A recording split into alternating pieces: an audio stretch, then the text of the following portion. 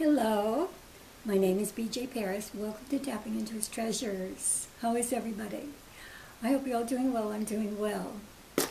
Well, we had a marvelous 4th of July yesterday.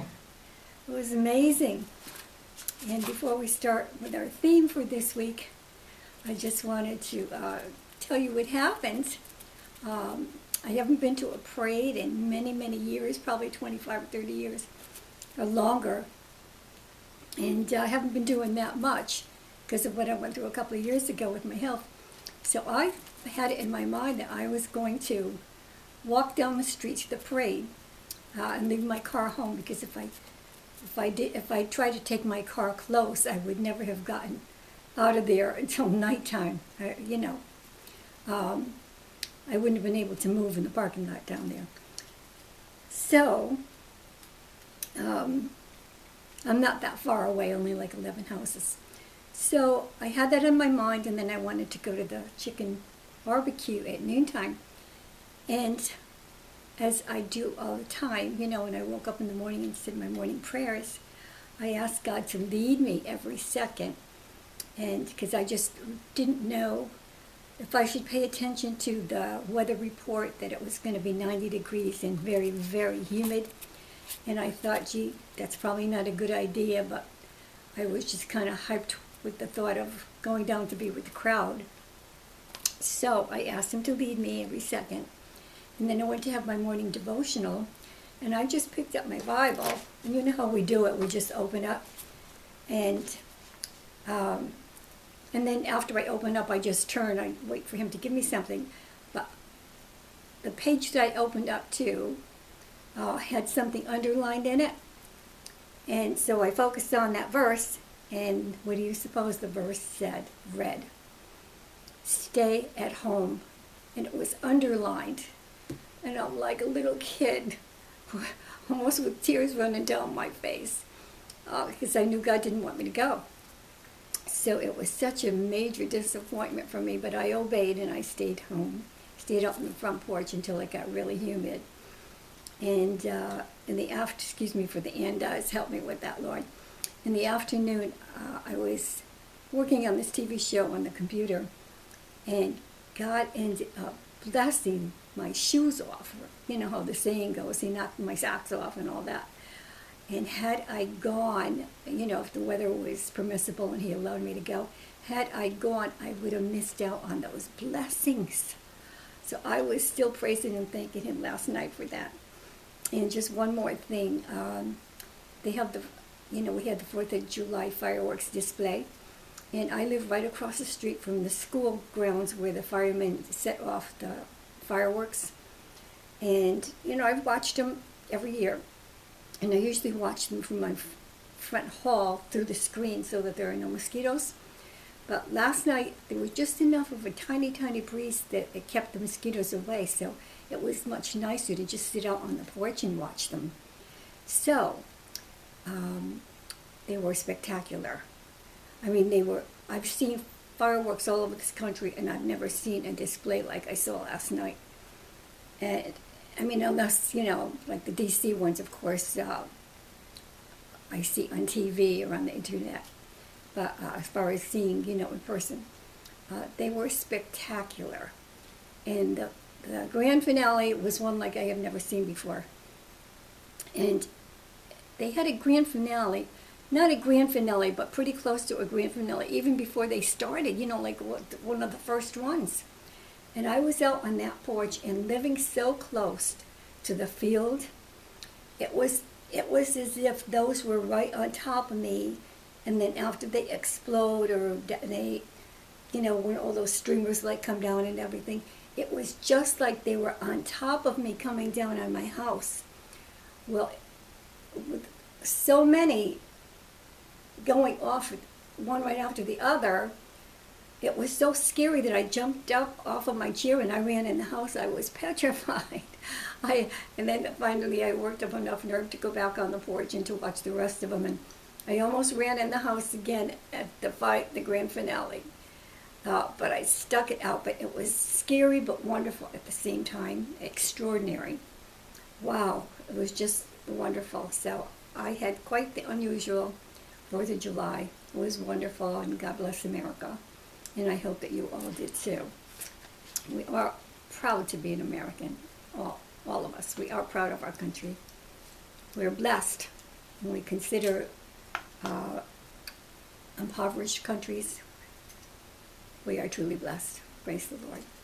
So our theme today is angels, and I prayed for a theme, and God wasn't giving me anything else, and I thought I kind of came up on this on my own, and I didn't want to speak on this without, I wanted it to be His perfect will.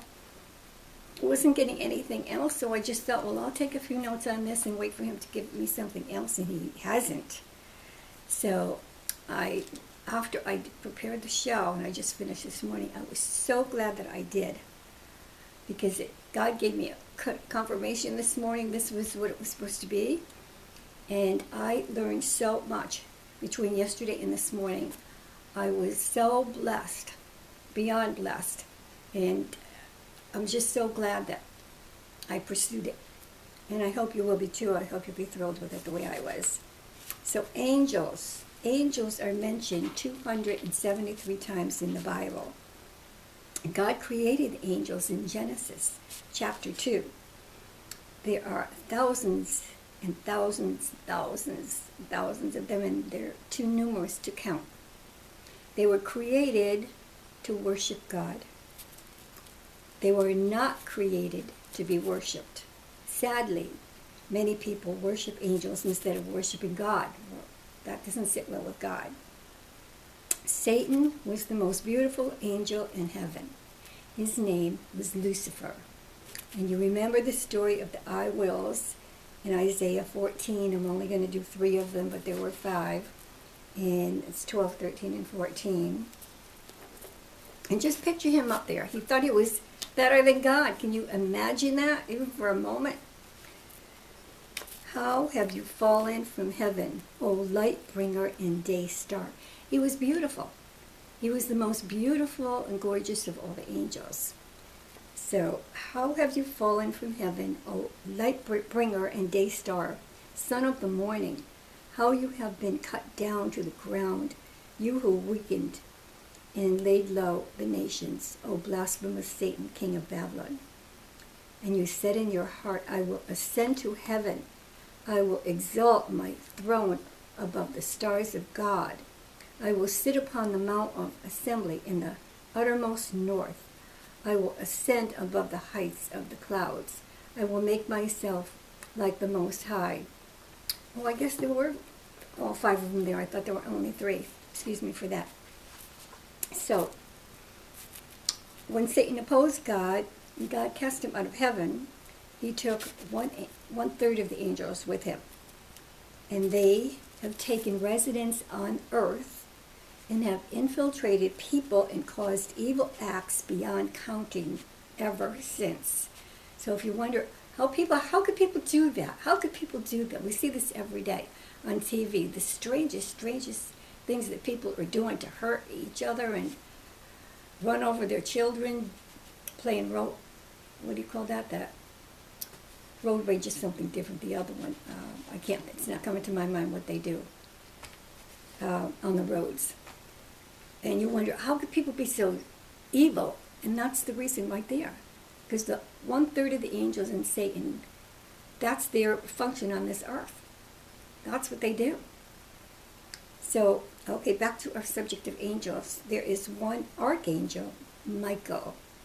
And in the book of Daniel 10,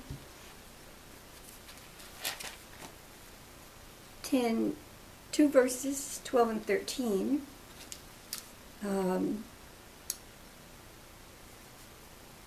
the archangel Michael is brought out.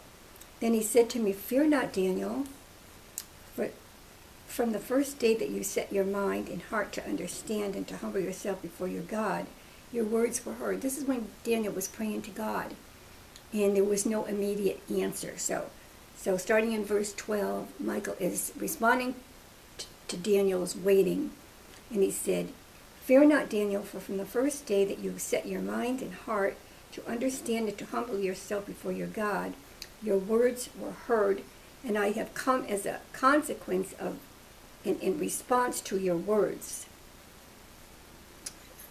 And 13.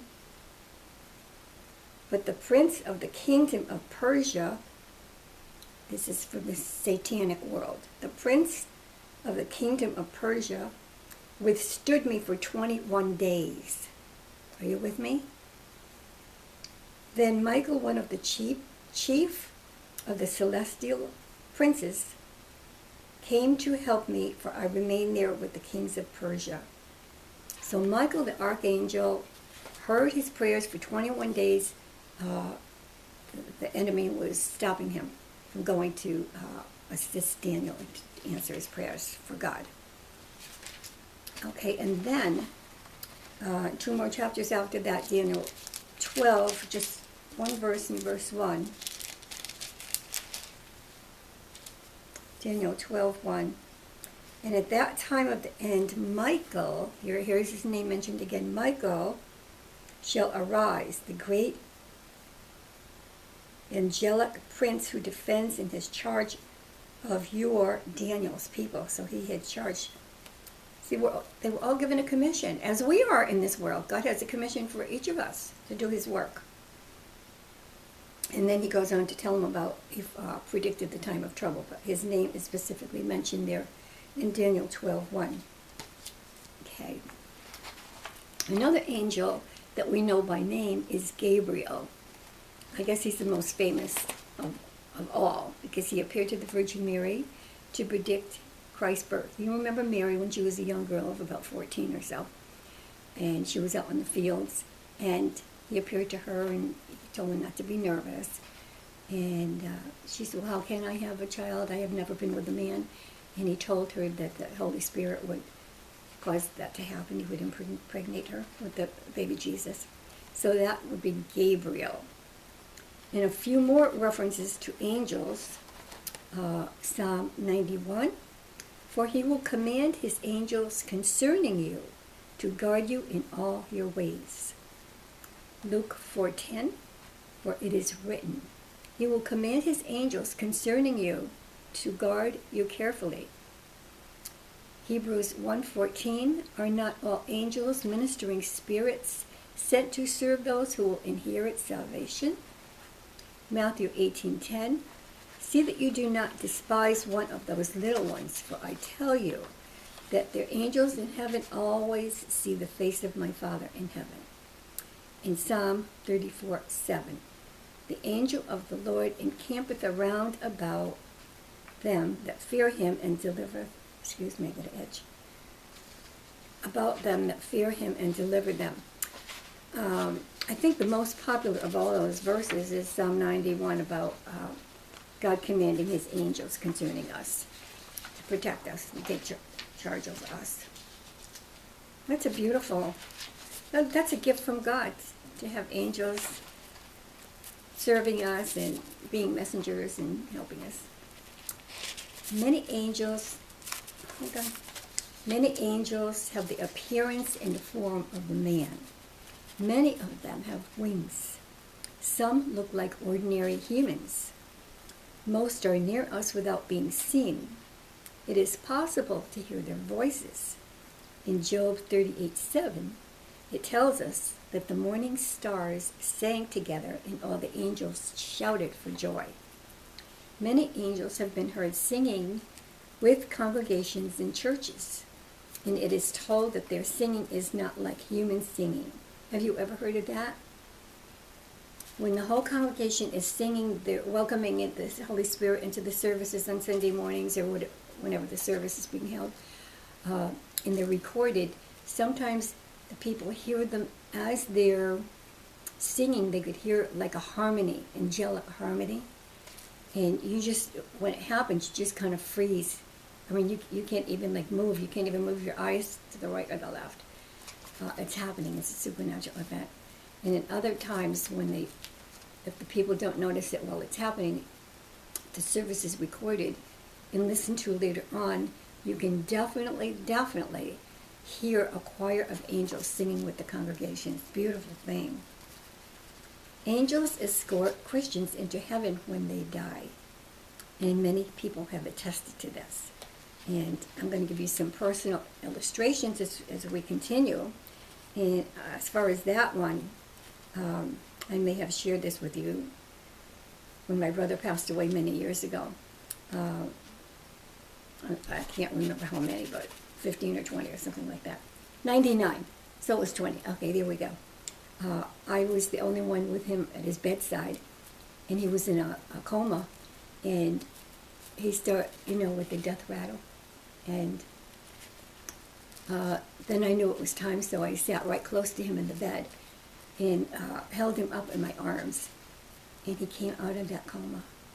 And I heard angels all around us. I thought it was like a flapping of wings, but anyway, the atmosphere was electric. And it was so beautiful, and I spoke to my brother, and I went through his whole life with him in like 5 or 10 minutes, because he was an amputee at the age of 7, and he had a rough life, but he conquered everything. Got his Eagle badge in Boy Scouts went into Eagle Scouts as an amputee. I mean, how many people do that? And he learned to ride a bicycle with one leg, getting his push start by the curb in the city. So I went through all that with him, and he died on Veterans Day. So I also told him that he didn't serve in the military, but he was a veteran just like the rest of them because of all that he had accomplished. So just to wrap that part up, there were angels in the room, and they're in many hospitals with dying patients in the hospital. Many angels have been seen in the hospital, or some in the form of a man or a woman, and they were sent to escort the dying person into heaven. And some dying patients in the hospitals have even had smiles on their faces because they knew they were going up. Okay, precious, precious. Angels certainly manifest themselves to us in dreams to give us messages from God. Angels have appeared in different apartments that I have lived in a number of times. And they continue to show up in my dreams all the time. So 2 nights ago, take this off for a second. 2 nights ago, I dreamt of my Uncle Vinny, who was my godfather when I was, child. He passed away when I was a child, but he was my godfather. And my angel was portraying God in the dream, because when I woke up, I had total recall of it, and the first part of the word Godfather was my godfather, Uncle Vinny. The first part of that word is God, which refers to God the Father, God. And the second part of Godfather is Father. So it's God and the Father that the angel portrayed in my dream.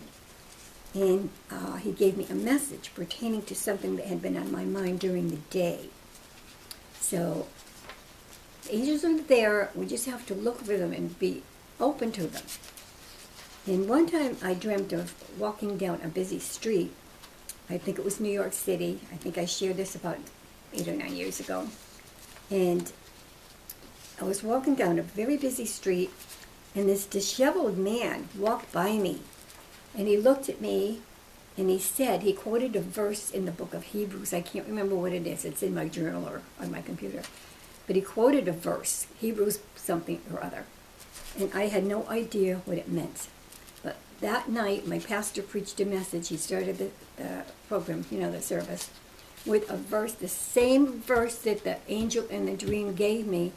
My pastor preached the whole message on that verse that night. So because it was given it to me beforehand, I knew that I had to pay special attention to that verse and implement it into what was going on in my life.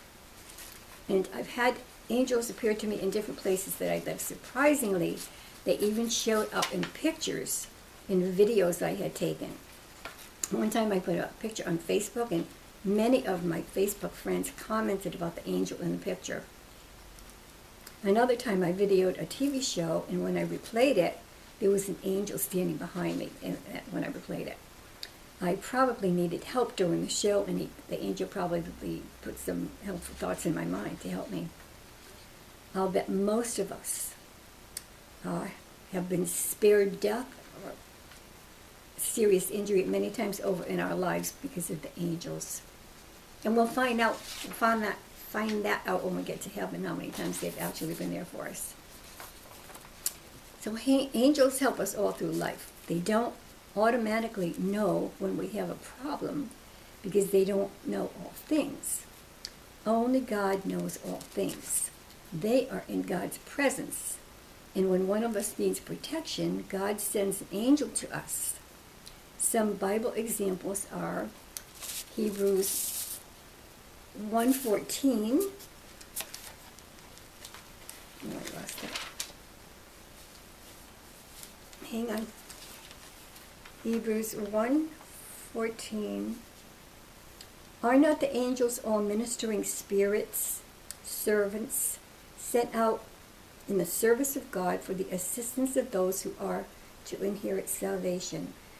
So this is one of those 243 times that angels are mentioned in the Bible. And let's see.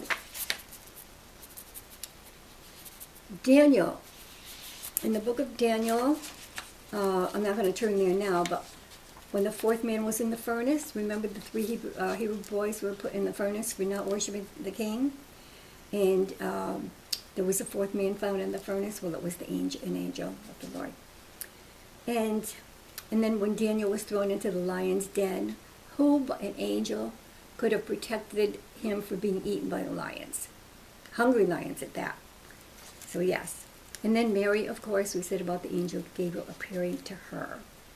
And Joseph, her spouse, the angels appeared in Joseph's dreams more than once to direct him to leave a place and to hurry and travel to another place to protect the baby Jesus. And even before Jesus was born, the angels came in the dreams. Some angels are ministering angels, and they go back and forth from earth to heaven in like 1/3000th of a second, getting orders from God. Angels ministered to Jesus when he was on earth in Matthew 4:11. Remember, I think it was right after Jesus was out in the wilderness and he was fasting for 40 days. It could have been then. I should have looked it up. But the devil had sent Jesus up on the top of the temple, and he was exhausted. And he tried to coax Jesus to jump off the parapet, telling him that the angels would save him. But Jesus kept his focus on God. And God sent angels to minister to him, and that's in the Bible. Angels will never cease to be blown away by the salvation that God has offered to all those born on earth. It blows them away. And to them, it's simply inconceivable that God would do that for man. And they must be stunned that so many people reject what God has offered them. Some angels are called cherubim, and that is found in Ezekiel 10:20. And some are called seraphim. And when I woke up today, God put a verse in my mind before I even had a chance to open the Bible, and he put Isaiah chapter 6 in my mind, so I just turned to Isaiah 6 right off. And the first three verses hit me, 1, 2, and 3. And they were all about the seraphim. And this is one of the things I learned. The seraphim, they are different, described as having 6 wings and are able to fly. Well, I just naturally thought that all angels could fly, didn't you? But we learn something new all the time. All angels don't fly according to the Bible. Wow. So again, God doesn't want us to focus on angels. He wants us to be aware of them. Our focus must always be on God. So I didn't want to add any more to that because sometimes less is more, you know? So that's what God gave me to share. And I want to just do the Lord's Prayer and sign off. Say it with me if you would. Our Father who art in heaven, hallowed be thy name. Thy kingdom come, thy will be done on earth as it is in heaven.